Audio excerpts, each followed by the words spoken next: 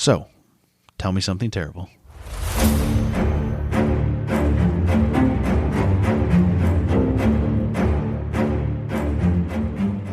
You ready to get started then? Sure. This is episode 3. Okay. So if this was Star Wars, that'd be a big deal. We'd have to work backwards. Someone would die. I mean... If you tell me you're my father, I'm leaving. Yeah, that would be real awkward. There are some deaths, though. 11 of them. Okay. Yep. 11? Mm-hmm. Sweet. I mean, there's more, but like 11 specifically to this. Okay. Sounds exciting. All right. All right. Go ahead. Okay. Hi, I'm Tiffany.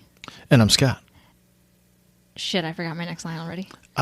This is Tell Me Something Terrible, where Tiffany, who doesn't already know how to start the podcast, tells me, Scott, something terrible.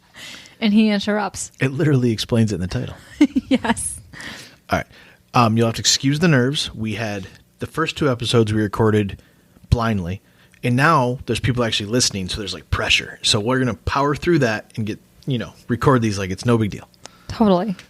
And thank you for listening, if you did, and you still are. We're proud of you. Congratulations. So proud of you. Okay. We're going to give out participation trophies and everything. It's a very millennial thing to do. Are we millennials? We're borderline, right? No. So, no. There's a division between Don't the two. go into it. Let's go into your story. All right. That's for the generational assessments can be another terrible podcast. Oh, no. That's episode 4. Just kidding. No, it's not. So today we are going to be covering... Tonight. I'm just kidding. You can listen to this whenever you want. Yes. Today we'll be covering a terrible airborne infectious disease and a doctor who had a terrible idea. It's not COVID, No. I think, right? Nope. Okay, good. That'd be too soon. A little fresh. Yeah. Okay. And it's not the Spanish flu either. Good. I am not fluent. That's a Spanish joke. You got it? Okay. Yeah. Good. I just want to start out strong, and I'm going to fade out the rest of the episode. All right. Okay. Great. Because, I mean, it's not that depressing. It is scary, though. All right. So what do you know about consumption? Consumption, you're talking disease-wise? Mm-hmm. If it's a lot, don't spoil it for everyone else listening. No, this is okay. Besides the fact that, I went to school, for somewhat along this, most of our expertise in consumption comes from watching ghost shows. Oh, yeah? And they always go to, hospitals. And, sanatoriums? Yeah, yes, sanatoriums. It's not from watching Moulin Rouge? No. Oh. I've seen it once. And I only know the Elephant love song medley because it's on my Spotify songs. All right, are you ready to learn a little bit? Let's do it. Okay, so consumption... I'm here to learn. Totally. Consumption was the original name for tuberculosis. Okay. TB for short. Knew that much. You had a TB test, didn't you? Yeah, once. Was it awful? No, they put a bubble under your skin and watch it go away. Mm-hmm. If you don't have tuberculosis. Yeah, which most people don't. Now. So, the patients infected with the disease were called consumptives, or so lovingly called invalids, which I think is the generalized term that's used for anyone that had anything 5% wrong with them. So, we've come a long way with terms for people. Can I interject with a really bad joke that I need to get out of the way? Go for it. You should have come up with 12 cases, because then it could have been the TB12, which is Tom Brady's program. No, it's 11 because that's how many patients were taken down into... That's fine. Find. That's fine. Just TB12 would have been...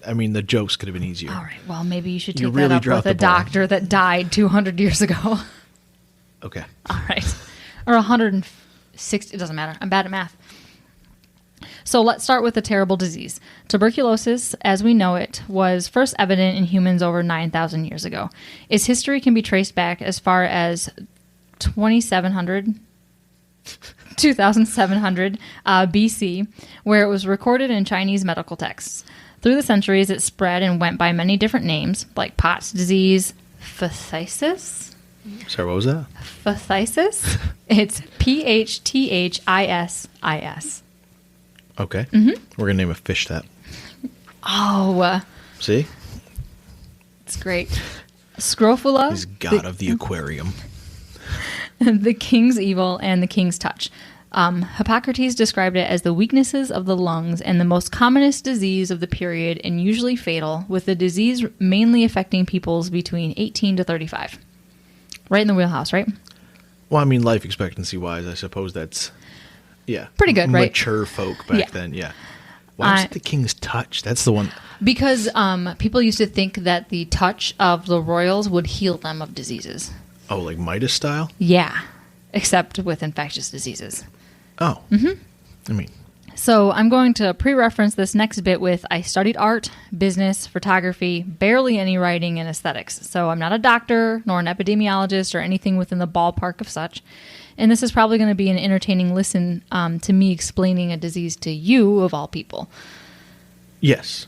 For background, I did go to school for biochemistry, and my job is literally infectious disease testing. Yep. But that being said, because it's my job and I don't require continuing education, this will be good for me. I promise. Probably. I won't mansplain things to you. I promise, because I won't know them enough to do such. Good.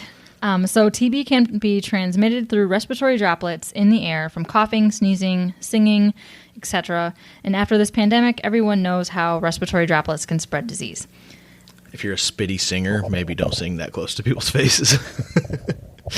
Oh, what's his name from Hamilton? Oh, the king? Yes. Yeah. Oh, and Which Christoph. King? Which king is that? King George. George. the Okay. Third. I wanted to say that confidently that it was King George, but I was like, I don't want to butcher American history. Well, I just did by guessing it was the third. He could have been the second. Jamie, watch Hamilton. That's a side story anyway.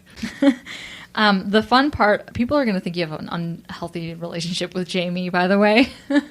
Well, we're supportive of him. He supports us. It's all good fun. Yes. So the fun part of TB is that many strands of it are resistant to the medication that have been used to treat it. Fun, huh?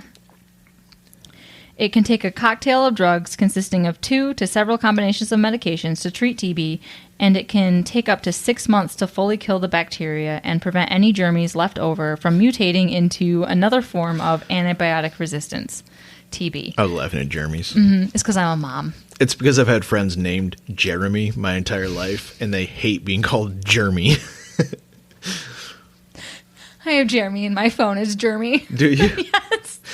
I'm going to tell him that. He's going to be so mad. He works at a lab, too, so we can call him Jeremy. Yeah, well, I've literally only messaged him one time to send him a picture of those little maggots that were in the pond. Something that looked like a germ. Yeah. Makes sense. So there are 2 forms of TB, latent and active. In a latent state of TB, you have the infection coursing through your body, or it's managed to wall itself off, so the bacteria are in an inactive state. You are not infectious to other people, or you are presenting no symptoms, and it's just along for the ride. And you don't even know you have it. It's the worst kind of hitchhiker.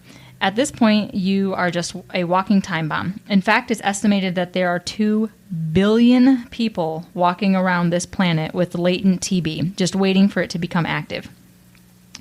And this can be brewing inside of you for anywhere between a few weeks or after the initial infection or to multiple years later. That's fun. I mean, it's not completely a rare bacteria in that regard. No, there's a reason why a lot of hospital-grade disinfectants, well, every hospital-grade disinfectant has to be a tuberculocidal disinfectant. I was going to let you muscle through that. Yep, I've been drinking. So, in the active state of TB, things get a little bit worse. This form of TB, you present symptoms in an active infection, and you are now contagious. Congratulations, you've graduated to the next level. I don't think it's a congratulatory thing. No, just wait. So let's talk about the symptoms and complications that can happen in an active TB infection. Ready? Yeah. Okay. Pins and needles. Yep. So the symptoms. Coughing that lasts for more than 3 weeks. Straight. You never stop. Pretty much. Coughing up blood because the blood vessels in your lungs are starting to weaken and bleed. Chest pains while breathing or coughing, unintentional weight loss, fatigue, fever, night sweats, chills, and loss of appetite. Not so bad, right? Sounds like the keto diet. Ouch. Calling some people out. So TB can also infect other parts of the body. So here are the complications that can be involved with an active TB infection. So apart from being fatal if left untreated, it can also spread throughout the body, causing spinal pain, joint pain, and damage in the form of, I'm going to slaughter this, tuberculosis, arthritis, meningitis, which can lead to lasting or intermittent headaches or mental changes, liver or kidney problems, which can cause sepsis and can potentially kill you, and a heart disorder, which is rare, called cardiac tamponade. Fancy sounding. Tamponade? Tamponade. A nice tamponade. It sounds like a Mexican dish. Yes. Which is when the tissues around your heart become infected with the TB, which in turn causes inflammation and fluid to be collected around the heart, interfering with its ability to pump blood. Oh, so it's a nice slow killer. Kind of slowly breaks down the body piece by piece. Yes, and it can take years to even, like, activate inside of your body. Fun. Yeah. Definitely fits the bill of terrible. So Yes. So this is where you're going to have lots of fun. TB testing consists firstly of a skin test, which you've had done, where a small amount of PPD tuberculin is injected under the skin, and if a hard red bump shows up, then you have TB. So be glad yours was just a bubble that went away. yeah. So next they confirm it with a blood test, then imaging tests such as a chest x-ray where it determines if you are in a latent or an active stage, and lastly, your favorite kind of test, a sputum test. Ugh, sputum's gross. And that's to determine what type of TB you have and if it's drug resistant. Sputum, for the record, is just like the worst kind of snot you've ever seen. It's not cool. All those COVID tests, right? I can set up stool cultures all day, every day, but a sticky sputum just triggers a gag reflex that I didn't know I had. Okay, it's disgusting. You laugh because you've never done one. No, I'm just also trying not to make a gag reflex joke. Oh, good job. Oh, thank you. Self-control. So TB finally started to really throw its weight around and get labeled as a pandemic by the 17th century. By then, according to London's Bill of Mortality, 1 out of 5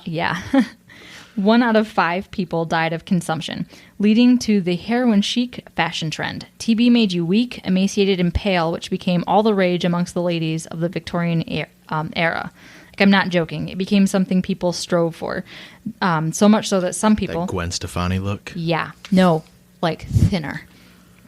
Gwen Stefani in the 90s. Well, that's what I meant. Yeah. So people actually, mostly women, went out to become purposely infected so they could really just delve into that lifestyle. Mm-hmm. Eventually, it earned the name the White Plague of Europe. Nice. Yeah. Instead of the Black Plague. Yeah. Yeah. Yeah. Just trying to hit every color. We need a color for COVID. I mean, I don't know if it has a color. I was just assuming there was probably a gray plague in between the white and the black plague, but there wasn't. No. I know there wasn't. No. You were waiting for me to tell you about it. There's not one. No. The only other one that I can think of is like the Justinian's plague, but that happened like way before the Black Plague. So to gather more information on the disease, autopsies were starting to be performed, and one doctor named John Manget. I don't know. It's probably Magnet. You just typoed it. No, I made sure it wasn't a typo.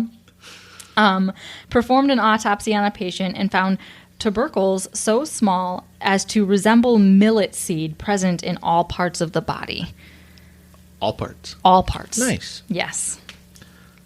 Nice visual for you. Getting after those little, whatever you call them, tubercules. Yep. Tubercules. At the turn of the 19th century, the worldwide death toll reached an estimated 7 million people a year, with 50 million people with active infections. 25% of all deaths in New York City between 1810 and 1815 were attributed to tuberculosis. By the 1850s, doctors realized the importance of good nutrition, fresh air, and isolation from the general public. Isolation from the general... Oh, for the tuberculosis. I thought you meant just for people in general. Yes. Be like, we need good diets, we need fresh air, we need to stay away from people. Perfect. Ideal. And then you're like, that's just for the patients. Yes. Gotcha, okay. Yep. So the first sanatoriums were opened in 1854 by Dr. Hermann Bremer of Germany. It provided a place for people to remain outdoors in all weather conditions and a rich diet. It's like an all-you-can-eat buffet inside a greenhouse. It's perfect. Everything's there. Except it's like Germany, so even if it's snowing, they're like, too bad, suffer in the snow. Okay. Fresh air. Totally. Frostbite, fresh air, it's all good for you. I mean, we've got the F's going. It's great. The first open-air sanatorium in the United States was opened a year later in 1855. So those are the ones that are always haunted. Okay, gotcha. Yes. And they're always tucked in the mountains somewhere. So first, before the open-air sanitarium with the nice fresh air and the bright sunlight, there was another hospital. You know it. We've seen it. It's the first TB hospital ever, and it was built in 1842, underground, about a half-hour walk into a massive cave system known as the Mammoth Caves. Oh, okay. We went there a couple years ago. Yes. And it was lots of fun, right? Yeah. Dark, damp, cold, no fresh air. Well, I mean, the air felt fresh, I guess, because the cooler temperature, maybe. Right. But yeah, no, it's a giant, ominous place. Yeah. Yeah. So the Mammoth Caves are located just outside of Bowling Green, Kentucky, spanning over 5,000 acres with over 412 tunnels of discovered tunnels, when there's more being found and still being carved out by the river Styx, which is the only bit of the caves we didn't get to see, apart from the literal spelunking expedition you can go on. And it's spelled Styx like the band. Yes. I should find out why. Maybe. Someone really loved Styx in the 1850s. No, it's probably, I don't know when it was named, but one of them was probably named after the other one. I'm assuming the river was probably named after the band. Really?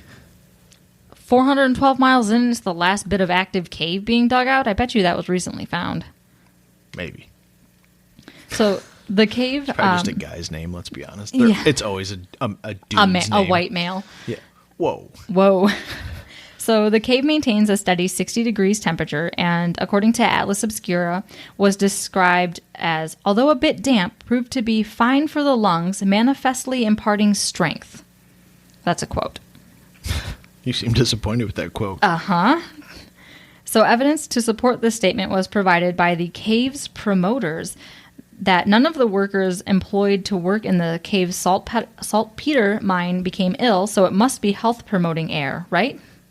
Or it's because they're all isolated and they're in a cave mining salt. Yeah. And not coming in contact with anybody but each other. Right. Nope, not that. So according to an 1845 book, it was quoted that it was a common, and I quote, a common and humane practice to employ laborers of enfeebled constitutions who soon restored to health and strength, end quote. Allegedly all thanks to their time spent working in the mines and breathing in the cave's atmosphere. It could be that they were employed and making money and probably eating food and, just getting back on their feet, and they're isolated from the general public. But yeah. So now let's discuss the doctor's terrible idea. In 1839, Dr. John Croghan, I think, bought 2,000 acres. I didn't look up the pronunciation. That's fine. Next time I'll do better. Nope. That's not what we do here. No. So he bought 2,000 acres of the land. If we ever get Patreon supporters, I'm going to intentionally butcher their names. Even if it's people we know, I'm just going to intentionally butcher names. That sounds like fun. Right? Yes. Just no phonetics. Just slaughter them all. Yep. Okay. So Dr. John Croghan bought 2,000 acres of the land the cave was sitting under, and convinced the atmosphere of the cave had curative properties, he came to the natural conclusion that it should be turned into a health resort. So in the fall of 1842, Dr. Croghan officially opened the first TB hospital underground in a cave, because who needs sunlight? Comprised of 10 wooden cottages for patients living and 2 stone buildings that acted as a community dining room and a residence. Each wooden cottage came equipped with a stove and a thermometer so the patients could control the temperature of their building, with the specific instructions of keeping the temperature as low as they could stand it. So according to Atlas Obscura... We've seen these buildings. They're like... By buildings, they mean they're like 4 by 8 foot, maybe. They were 8 by... I think they were 8 by 12. The cottages were the wooden ones that they took out. Because they were still there. The stone ones were. A couple of them. Yeah. Oh, those are the stone ones. Yes. Gotcha. Yep. The wood ones are probably gone now. They are. Okay. Yeah. So according to Atlas Obscura, Dr. Croghan described this little community he planned as picturesque, yet at the same time, a gloomy and mournful appearance. Yeah, I was gonna say, as long as you don't like plants or sunshine or animals, yeah, it's great. Just solid darkness, too. And we know how dark that is with just the sad little lanterns that they have to carry around. So 11 consumptives, which are the TB infected in patients, 4 companions, and 1, quote, child of an invalid went into the cave. Yes, went into the cave in the fall of 1842. That's what you put on your like LinkedIn profile. I'm a child of an invalid. That or Tinder, just to see who swipes. Whoa, that's some weird kink someone's got. So Hey, we don't yuck somebody's yum. I mean, maybe if it involves children, we should yuck it. You're right. Getting out of control. What? I've never heard that expression, and I don't ever want to again, if that's okay. That's fine. I'll try not to say it again. So the life down in the cave was an uneventful one. They synced their time with no shit. Have you seen the Crudes? They synced their time with the surface above, light lamps. They lit lamps made of fat, cooked dinners, explored the cave. Can you imagine how good that smelled, though? Horrible. Fat. Okay, I guess I just assume it smells like bacon being cooked. Yeah, but it probably doesn't. Yeah, I don't think every source of fat smells like bacon. No, it probably smells like burnt skin more than it does anything else. So they explored the cave, talked with each other, and attended Episcopal church services, and had meals brought to them down by slaves. Because, it's Kentucky in the mid-1800s. So, yeah. Eventually, most patients got used to the darkness of the caves for a little bit. One mentioned that he, quote, seldom hears daylight mentioned, and for myself seldom think of it, end quote. Later, though, another patient is quoted saying, sometimes, despite all my exertions to preserve cheerful feelings, I feel sad and desire above all things to return home again. It's just permanent seasonal depression, and they just call that depression. Yes. Yeah. It's like we need sunlight. Get a tanning bed down there, you're fine. Oh, yeah, in the 1800s? Yeah. Just hold that fat lamp real close to your face, you'll be okay. Yeah. So, soon, they all started dying. And quickly. So what started out as an optimistic experiment soon turned terrible. The cold, damp air of the cave, turns out, is not a good thing for lungs that are slowly being filled with TB bacteria and blood. And neither was all the smoke from their cooking fires. So one patient did get wise and ducked out before the experiment ended. So 5 patients died inside of Mammoth Cave. Their bodies were laid out on this flat, giant plinth of stone that was dubbed Corpse Rock before Dr. Krogan decided to end the experiment and head back up to the surface.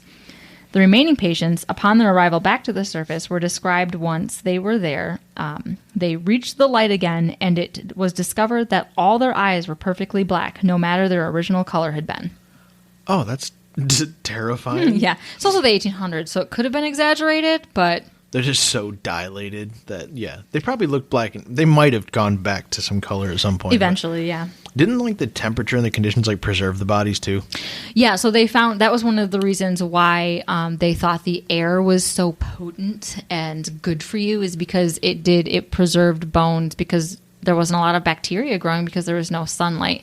Like that one body that one explorer found. Do you remember them telling that story? Yeah, up on a ledge somewhere. Yeah, he just reached and felt hair. Yeah, that's normal. Yeah. Happens every day. Mm-hmm. In a cave, I'm sure it does. So it was too late for the remaining consumptives. All died not long after leaving the cave, and there's no record of their companions or the child that went with them. The deadly experiment only lasted a few months, from the fall of 1845 through early 1843. Wow. That doesn't seem like good math at all, doesn't it?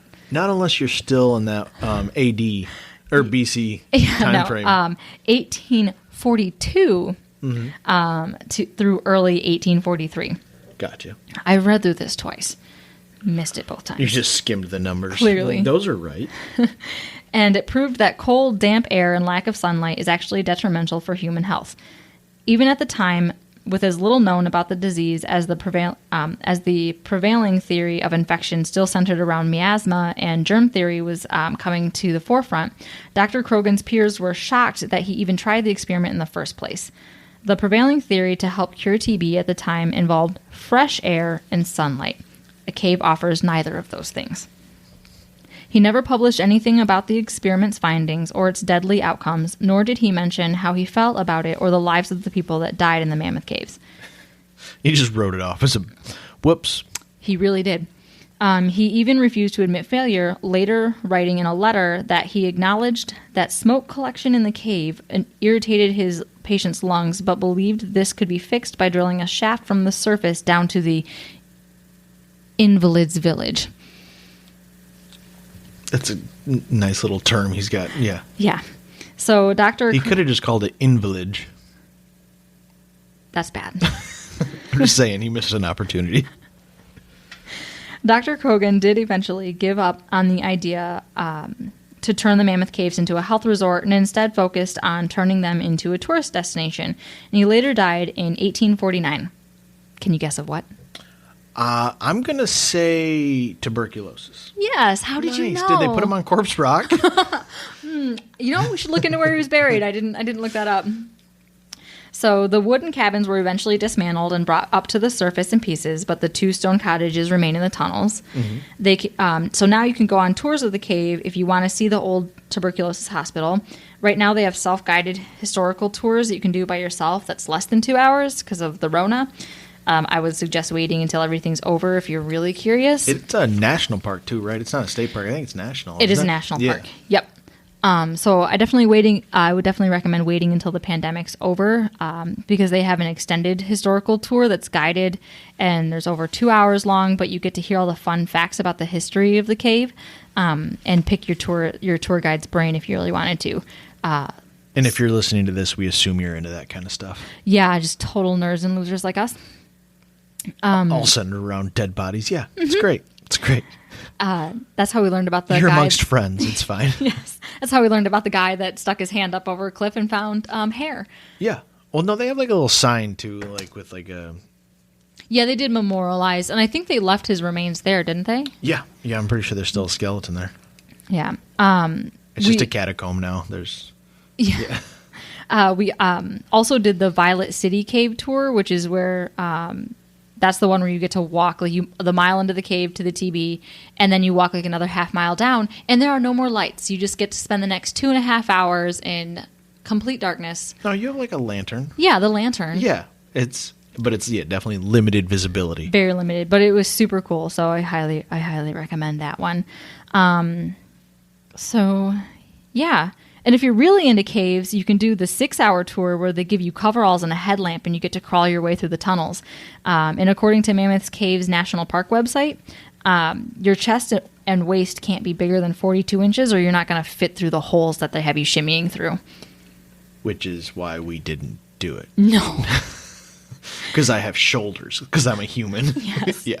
And also like claustrophobia and fear of tunnels, well, I mean, besides like, the obvious fact of, I don't even want to, no. You don't like going in our basement, let alone no. in a cave where you can't get out quickly. Which, in hindsight, there is no way to get out of the cave anywhere quickly. Well, not quickly, but like there's clear and direct routes. Yeah, that is true. So eventually another doctor came along over a century later and discovered the cure for TB in the form of streptomycin in 1943, and we've been fighting the good fight ever since. Now TB is a relatively rare disease, and there's a small chance you will catch it unless you live with someone who has it or are immunocompromised, work in a medical setting such as a hospital or a nursing home or a lab. It's mainly they tested us for our phlebs because they do go to nursing homes. Oh, so they just tested everybody because... I mean, why not? Yeah, but it was mainly for the way. phlebotomist, yeah. Or living or visiting a country where it is endemic, such as Latin America, Africa, and Asia. Other than that, you probably are pretty safe. Only like half the world. Yes. You're fine. Yeah, pretty much. Yeah, just don't go anywhere. I was expecting you to say like a very like small area. You're like, no. All of Latin America, all of Africa, all of Asia. Oh, okay. That's quite a bit. Yeah, there's a reason why a lot of hospital-grade disinfectants are... like they fight against TB because it really is a problem. We've just managed to contain it here. Yeah. So as long as you don't go to all those places, you're probably pretty safe. Because it would be as long as you just stay here forever. Yep. And don't ever get old. You're fine. Yeah. Because it'd be quite a bummer to get it, right? Well, yeah. Okay. So see minute 4 of this podcast. Yes. So I mean, I would love to be thin for like a couple days, but I don't want to have to like cough up blood for it. Yeah, or get like meningitis or have a drug-resisted like strain where you wind up on antibiotics for 6 months. You're the one who's allergic to every antibiotic there is. So I'm allergic to amoxicillin. They don't use that drug for this. There's a whole list of them, and they're words I can't pronounce. So. Well, yeah, that's how drugs work. That is true. Yeah. So how do you feel after that? I feel pretty good. Okay. That one's not like that one is more like that was super informative. Very. But without like victim names or like bullets going through people's bodies, it doesn't hurt as bad for me to listen to. And science in the 18 anything is going to be pretty sketchy. So like I don't even blame the doctor for, but like after the first. Oh no, his peers knew it was going to be a problem, and they all told him so. Well, okay, but let's say like the first one person dies. Maybe get everyone else out of the cave. Yeah. Like, why does it take 11 people dying in a cave for you to be like, you know what? We should probably call this quits. Yeah. Well, 5 people died, and then everybody went up, and within a few months, the rest of them died because it was just detrimental damage. The first one, you're like, oh, this is not going But everybody died. Any person that got it wound up dead. Yeah, true. I guess he was just seeing it out. But still, like, so that's why I said I don't really blame the doctor. Like, if it's that bad and it's killing, like, 5 million people a year. 7. Okay, 7 million people a year. That's a big difference. That was like a half hour ago. What do you want from me?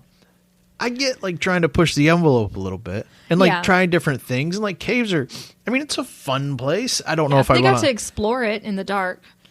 The patients. You're just hacking up blood and you're like, oh, go take a walk in the dark. Maybe you'll never come back because you'll die somewhere. But that's fine. We'll put you on Corpse Rock. Which is like the Fraggle Rock, like the dark website of Fraggle Rock. We saw it. It was, remember when we were walking down, it was that big rock off to the right? But still, like I don't blame that, but you gotta like know when to, for lack of a better term, pull the plug on an experiment. Sorry, don't worry, they weren't on ventilators or anything. Not that we know. Well, yeah, it's 1800s. They definitely were not on ventilators. No. They just took those little those big fans that the they flumes or whatever for fireplace. With. Yeah, just stick it in your mouth and manually pump it. Yeah, your air in and out over and over again. Yeah, you're gonna be so healthy by the end of this. No, I feel fine. And if you made it this far, congratulations. That's quite the achievement. But yeah, you're done. That one was. That was your last page. Yep. Okay. Oh, I have sources to go over, but we can do that in a minute. You can go ahead and say them now. Okay. All right. Source me. Sources. So I use the Atlas Obscura articles about the TB hospital, Mayo Clinic, The WHO, CDC, National Park Service for Mammoth Caves, TB Fact. The WHO, like HO. World Health. Yeah. Yes. Not the band. No. We've had a WHO reference and a Styx reference though, so I mean, we're about to put some records on. Okay. And then I use tbfacts.org and the good old Wikipedia. Oh, trusty. Nice. Trust. Hey, we are not we're not doctors here, nor do we claim to be. But yeah. No, if you think you have TB, go see your doctor. Yeah, get tested. It's just a little bubble under your skin. It goes away. Yep. Hopefully. Hopefully. All right. Well, thanks for listening. That was episode, 3? 3. Nice. Okay, bye. I'm going to cut that giant pause out of you looking panicked. All right. Bye. Thanks. Thanks for listening to our terrible podcast. You can find us on Apple Podcasts, Spotify, and Google Podcasts, or wherever you like to listen. Feel free to follow us on Twitter at TMSTPod. And if you'd like to support the show, you can find us on Patreon at Tell Me Something Terrible.